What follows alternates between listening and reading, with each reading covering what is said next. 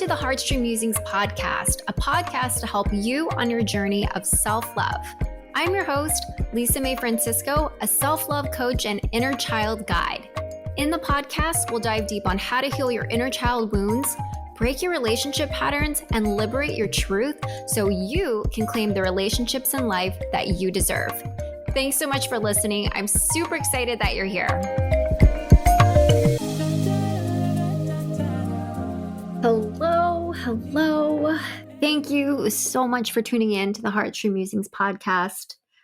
So stoked that you're here, that you're listening. It's my first episode, so I thought that I would introduce myself, just who I am, what this podcast is all about, and share my why and how I even got into being a self-love coach. And why do I do what I do? Why am I a self-love coach? And what led me to this path and calling of helping others to heal their inner child wounds and break their generational relationship patterns. And I'm also going to share how our darkest moments can lead us to the right path, even though it may not seem like it at that moment. And it always just makes sense in retrospect, right? And that's probably the only benefit of why you should look at your past. Just understand how it's all interconnected, but not get stuck there. But my journey began in 2010. My spiritual journey, it all started there. I was in my 20s. I was living in New York, and I had just left an abusive relationship. And thankfully, it was short term. It was only a couple months, but the effects were so damaging. And when it ended, I didn't want to have to sit with the feelings of, one, the breakup, right? Breakups, they're tough. They suck. Two, and just the shame of being in an abusive relationship. Like, I just believed that it was my fault because, how did I end up there? In reality, it was a self-worth issue. I didn't think I deserved better, but this question kept coming up of, how the fuck did I get here? Why did I end up in this relationship? Why did I think that this behavior was okay? And, why did I even tolerate it? And I was drinking a lot to not feel all of the shame and embarrassment. And then the drinking just stopped working. And I ended up working with a therapist to work on the healing of being in that abusive relationship and, the whys of it all. And ended up getting sober in 2011. And I would say that's when the real work of getting in there actually began, because I was completely raw and I could, feel everything. There wasn't anything to anesthetize me. There wasn't anything that could keep me disassociated from the present moment and not in my body. I was feeling everything. And I just felt completely untethered. And this feeling of, I don't want to look at this because it's too painful to see the parts of me that I'm ashamed of.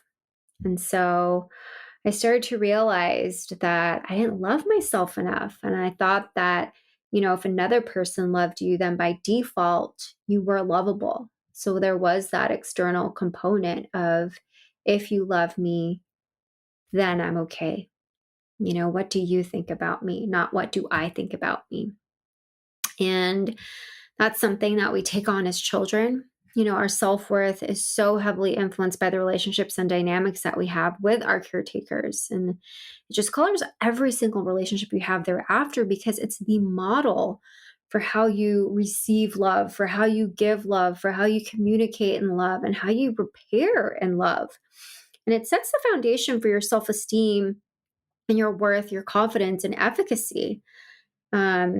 It even creates the set point for what types of relationships you call in at a, hormonal, neurological level, because it's our relational dynamics that mirror the ones that we had with our caretakers. And it's our subconscious / inner child that does the choosing. And So throughout the years, I worked with many different therapists, many spiritual teachers, mentors, 12-step sponsors, life coaches, meditation guru, like you name it. If it helped me, I was like, I just don't want to feel the way I'm feeling, and I'm committed to whatever change. Um, to help me understand what my core wounds were. And, that's when the like heavy stuff started to come to head. And I had never heard of spiritual terms like, well, no, this is like, don't make fun of me. Um, I just started to understand what feelings were, naming them. In my family, we just don't really talk about feelings. It's not like Full House where Danny Tanner's talking to his daughters about how they feel. It was never like that. You just didn't have any feelings. The only feeling or emotion that was accepted was anger. And so to somatically feel in my body where in my body I'm feeling an emotion and naming it, that was something that was completely foreign and new. That was like learning a different language, learning that my body was somatically connected to these emotions. And where is it? Like, is my heart constricted? Does my belly tighten up in certain situations? Is my heart rate, fast? Are my palms sweaty? All of this stuff. And then I started working with a meditation teacher who really taught me about attachment theory, even before it was like, right now it's like so mainstream. But I just remember being completely floored at this newish concept to me. And he just opened my eyes to, what kind of attachment style I have, and through taking the quiz, I found out at that time I had um, like anxious avoidant attachment, and why I called in it, avoidant people and all of that stuff. And learning about the different roles you have in a family, how you have the scapegoat, the lost child, the class clown, the golden child, like all of that, and what my role was. And what is codependency? I often heard that a lot too, and I never heard about interdependence. It was all about codependence. um but anyways, being on the spiritual journey of just doing the deep inner work and looking inwards, people just naturally started to gravitate towards me because I listened. I became their safe space. And the more that I was doing the work on myself, the more I started to cultivate empathy for the experiences that I had and who I was. And because I was empathetic for myself, I became empathetic towards other people. And I just provided counsel. I shared with them different resources, tools, exercises that I was getting from all my teachers. And it was never in a formal coaching container, but I was holding space. I was their safe space. I was leaning into my curiosity and just asking them different questions. And, you know, I'm very, very passionate about understanding my why, right? That was the catalyst for doing all of this deep spiritual inner work. And I'm equally passionate and curious about learning about other people, what past experiences informed your conditioning, your personal narratives, your beliefs, your dreams, your mindset, and just your patterns. And what is your why? And, you know, it mirrored the journey that I was on because I was trying to understand my purpose and how I got to the place I got to as if it was a Rubik's Cube, just trying to put all the puzzle pieces together to pinpoint my lack of self-love and worth. And, that was a very, very long, I feel like most of my time in New York, it was like it was like my own, spiritual time of going inwards. I was a hermit, my life was just all about spirituality and wanting to understand who I was. And so, in 2017, I ended up moving back to the Bay Area in California, where I'm from. And so I was moving here for an MBA program, and I didn't want to take out any student loans and be in debt. So I asked my parents if I could live with them. I mean, for me, I did not want to have the stress of debt after I graduated and pay it off until I was dead. And so naturally, my immigrant Filipino parents, they said yes. They would not throw me out on the street. And by the way, I am Filipino. I'm first generation living in the US. And, that is a part of my identity that I'm still trying to figure out. And I'd love to share more in a future episode of my process with uncovering that suppressed part of me. Anyways, so in moving here and transitioning, I reached another spiritual assignment from the universe. And so, I was going back to my button factory, the place where my buttons were created. And I lived home with my mom and dad. I was definitely triggered a lot. I was living with my parents as an adult.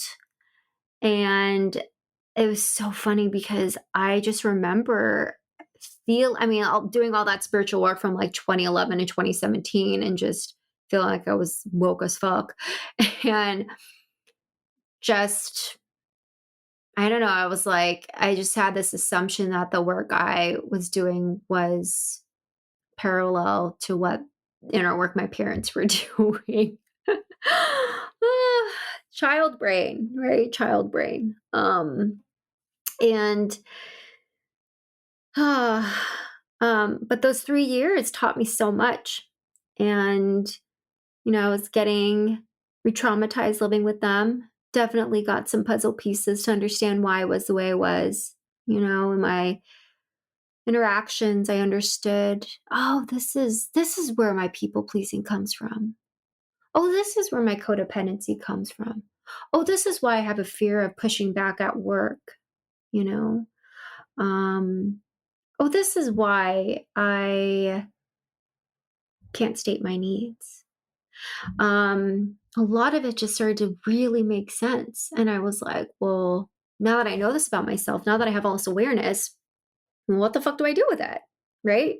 There's only so much you can do with awareness, but how do you process it and somatically move it through your body? Like, what do you do after the awareness part? And a lot of people at that point, I was just like, I don't know what to do. And, someone mentioned to me about connecting with my inner child. And I thought that was so stupid. I'd heard about it before, but I just thought that it was so out there and woo woo. And I just did not understand. I was like, how the fuck is that supposed to help me in my day to day? I do not get it. And, I ended up getting connected to someone who became my mentor, my teacher, my guide, my spiritual sister. And she took me through, this, like, what was it like to connect with my inner child, to do that inner work. And it was the first time that I tapped into this type of work, and it was fucking life-changing. So transformative. And I'll share more in a future episode about what that experience was like and more about, why working with your inner child is so important. And, it was so powerful that really became the teaching that cemented my foundation for the coaching work that I do today, which is all about breaking your generational relationship patterns through self-love and healing your inner child. And, as I was continuing to do that work on my spiritual development, one of my colleagues at work, she told me that she was getting her certification in life coaching. And I was very curious. I had, worked with a coach, and I just never occurred to me to do that because I was just very on the one track mind of like, get a corporate job, get a corporate job. I had my fucking MBA, right? Like the track was consulting or working at a consumer packaged goods company. Like, it was just very traditional. Wasn't really interested in entrepreneurship, but anyways, I spoke to her And, I spoke to my colleague about her certification, and she shared her experience with me, and I was very intrigued. I was like, what have I got to lose? Let me try this. And it was during COVID. It was 2021. And I was like, all right, let me just try this. And I realized that I was in class, all of the frameworks that I was being taught was just something that I innately did in conversations with people. I didn't think that, or I didn't know that there was a specific term for it. And so it felt pretty amazing to know that I had this natural gift and passion to coach. And so that's how the formalization of my coaching began, even though I was doing it informally, but it really started to take shape when I got certified.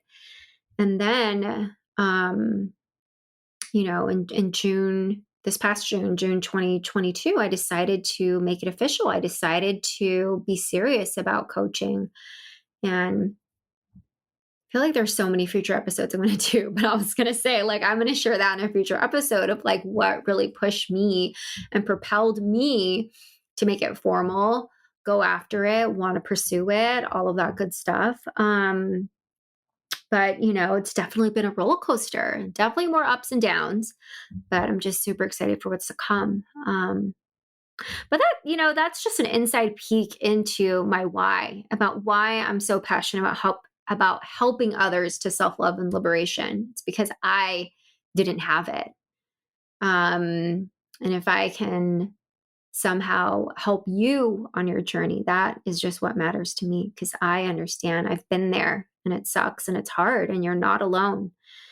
And so I talked about in the beginning about how our spiritual bottoms can just lead us to the right path, even though in that moment it may seem dark and scary, and we're in that liminal state. We're in that like corridor of not knowing where the next door is going to open. Maybe we don't have a candle, maybe there are no lights on, but we just have to have faith and trust that there is purpose to your suffering, right? Purpose to help you alchemize whatever it is that you need to reach your higher self, to be your higher self in order to be of service to others. And so, my spiritual bottom was that abusive relationship, and it just completely changed the trajectory of my path to be a spiritual teacher, to be a coach, a mentor, a guide, and share my experience and perspective with others, to guide people like you on your own quest to self-love, to understand your why, to pave a new path, even if people think you're fucking crazy, right? Because let's be real, when you go on this spiritual path, you're going to realize that a lot of the current relationships you have just naturally don't fit into your life anymore. And people are going to be like, who do you think you are? I remember when I first got sober, I was talking to my parents about my own conception of God, and they totally thought I was on my spiritual high horse. And then I realized the understanding of what it means to be humble, right? Humility. But yeah, I mean, when you're on that path, you're just going to meet people that are going to question the new you, your new identity.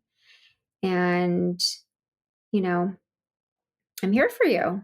I'm here for you. I'm here to help you understand your conditioning, your patterns, what's holding you back from feeling your worthiness, and just claiming the relationships that you truly want. Not just in a romantic sense, we all want love, but in work, right? What does it feel like to be truly passionate about something that you do every day with your boss, with your colleagues, your team? What does it look like in your family to set boundaries, to own your voice, to be who you are despite what they say, even though you want their acceptance so bad? That part of you is still there, still a child in you. And, looking at your relationship with friends, having healthy reciprocal relationships where people just show up for you, and where you equally show up for each other's growth, right? Like, how do you move past relationships that are about jealousy, where it's just one-sided dynamic and people aren't able to show up for who you are, for your experiences? And so it's a reminder, right, that is your birthright, to claim your heart's deepest desires, just by knowing and unlearning your conditioning, your narratives, your limiting beliefs, and having the courage to change and choose differently so you can magnetize what you truly deserve. And so I hope that this conversation, it's like I feel like this is it's like phone booth confessionals. Because it's like more cathartic for me. It's more like it's a video diary, not video diary, audio diary. But that is how I got into my line of work of being a coach, the type of coach I am, what I truly am passionate about of, the answer to self-love and liberation of just truly healing your inner child wounds and connecting to that part of you. And, that's what I'm going to talk about on this podcast is sharing different tools and experiences and lessons. And ultimately it's, my point of view and you can take it or leave it. But, I hope that it helps you. And I'll be bringing on different guests to share their own perspectives and their own teachings and healings. It'll be a lot of fun. But I just want to thank you so much for tuning in and listening to my story, especially if I don't know you. I hope this serves you and I get to work with you in some capacity. And if not, I hope it inspires you to really look at what generational relationship patterns are you playing out and that there is a solution, right? There is a way to break those patterns by cultivating more self-love and connecting to your inner child. And so thank you so much. If you want more information, you can check out my website, lisamaecoaching.com, to dive deeper on my coaching, and you can follow me on Instagram and subscribe to my newsletter. I will share all of that in the show notes. But before I sign off, I have a question for you today. And so I'm going to end every episode because it's really important to put the focus on you. So what are you doing to fill your own self-love cup and connect to the little you? All right. Bye, everyone. And I will catch you later.